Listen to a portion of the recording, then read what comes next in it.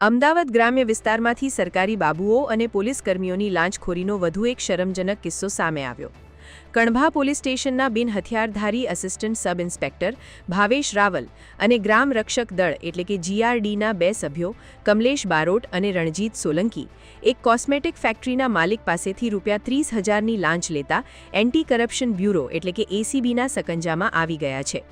આ પોલીસ કર્મીઓને ધામતવણ ગામમાં આવેલી ફેક્ટરી પર જઈને માલિકને એવી ધમકી આપી હતી કે તમે પ્રોડક્ટની એક્સપાયરી ડેટ બદલો છો અને જો જેલમાં ન જવું હોય તો ₹2 લાખ આપો. જો કે વાટાઘાટોના અંતે ₹30,000 નક્કી થયા હતા.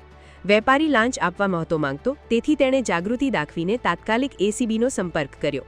શનિવારે બકરોલ પોલીસ ચોકીના કમ્પાઉન્ડમાં જ એસીબીએ જાળ બિછાવી અને એએસઆઈના કહેવા પર જેવા જીઆરડી કમલેશે ₹30,000 હાથમાં લીધા કે તરત જ ટીમે તેને રંગે હાથ દબોચી લીધો. હાલમાં 2 આરોપીઓની ધરપકડ થઈ છે, જ્યારે ત્રીજો ફરાર આરોપી રણજીત સોલંકીની શોધખોળ ચાલી રહી છે. કાયદાના રક્ષકો દ્વારા જ વેપારીઓને ડરાવીને આ રીતે કરવામાં આવતી ઉઘાડી લૂંટ અને ભ્રષ્ટાચાર વિશે તમારો શું મત છે? શું તમે પણ આવી કોઈ ઘટનાના શિકાર બન્યા છો?